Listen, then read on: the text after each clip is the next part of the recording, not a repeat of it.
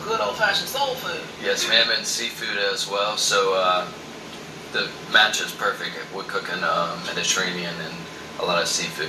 What made you decide to become a chef? I like to eat, first of all, and Charleston's a great food town as well. So I just fell in love with eating, and I had to act for it. So yeah, all right. So you've got salmon right there. Yes, ma'am. And the venue is like it's got so many just things that are different on it. The octopus on there and all kinds of different salads and things. Okay, so that salmon, when I walked over here, I looked at it. I said, now I know why they call that color salmon, because it's really that's a pretty fish right there. Yes, ma'am. So it's a Order King salmon. So it's one of the best salmons that you can buy in the world.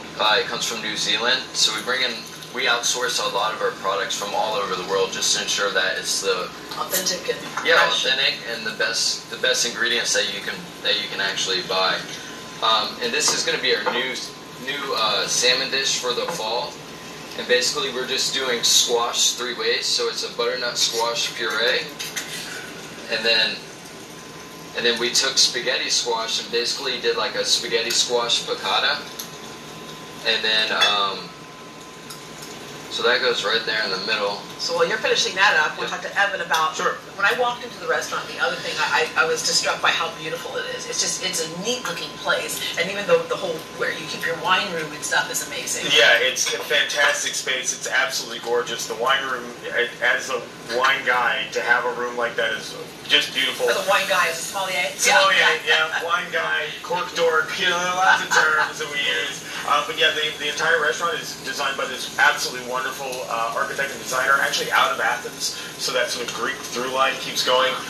Everything's temperature controlled, so we have just a massive wine list of things from all over the world. Yeah, and as you said before, you can grow a grape almost all over the world, and that gives you different flavor, it gives you different types of wine, different times of wine. Exactly. Just like in almost any other vegetable or fruit, where you grow it makes all the difference in terms of how it ends up tasting. Yeah. All right, let's go through some of the ones that you brought. Sure, absolutely. So we're doing some Greek stuff and some non-Greek stuff. This is from Gervasaville, one of my absolute favorite wineries right outside the town I grew up in. The grape is Malagousia. Now, there will not be a test about this pronouncing thing. Half the languages Don't you know, by the way. Don't panic. I can talk wine in a few. I do all right. Enough to get in trouble in Greece, that's for sure. So this is nice and rich. It's got really beautiful flavors. It doesn't see any oak. In trouble right now. Yes, exactly.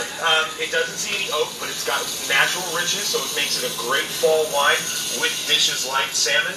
If you want something a little brighter and cleaner on the finish, but it's really got that decadence about it that's really so delicious. It's really good. Yeah. Right? So moving along, one of the most iconic wines in the world, and of course, since the Astros won, you've got to have some champagne.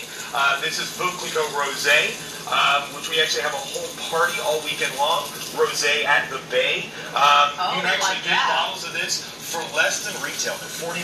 So you can basically come down, make sure you have an Uber, and go at it.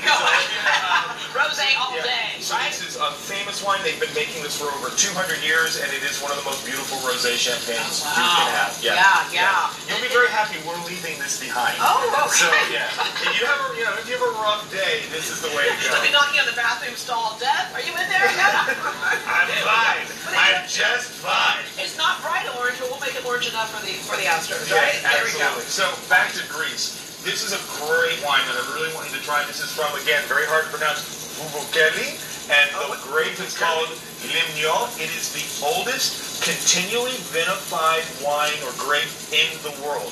They've been making this since 500 BCE. Oh, wow. It's mentioned in Greek plays.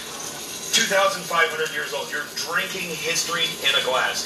And honestly, if you're a Pinot Noir lover, that's the wine to have. It's got that supple, smooth quality, lots of dark cherry notes, and just really velvety texture. A little bit of earth as well. This is like cold front wine right here. Yeah, exactly. In about 30 minutes, this is going to be the wine to drink.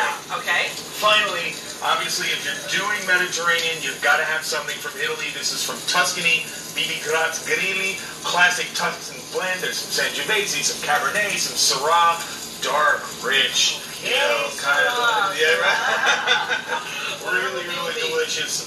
With if you're sort of fall, winter, darker, meatier dishes. If you're out there grilling, because you can year-round here in Texas, that's the wine for you. Yeah, and you're in the restaurant, so a lot of us, there's so many wines out there, and we're not sommeliers, right? But we can ask you, and you can guide us. Absolutely. The whole point is to get you to have a bottle of wine that you absolutely find delicious. That's most important to anybody who's a sommelier, anybody selling wine in a restaurant. We want you to fall in love with wine the way we're in love with wine. And then how to pair those things as well. Absolutely. All right, that's still cooking up. You hand me that right over there. I'm going to taste that right there. Oh, yeah, look at that. Oh, the whole thing is going. Excuse me, I'm going to get a fork. Okay. All right. And here we go. Got a fork. I'm going to taste that all together. Okay, you need to get out of the way. Oh my gosh. This looks delicious. Okay, I'm tasting it all together. And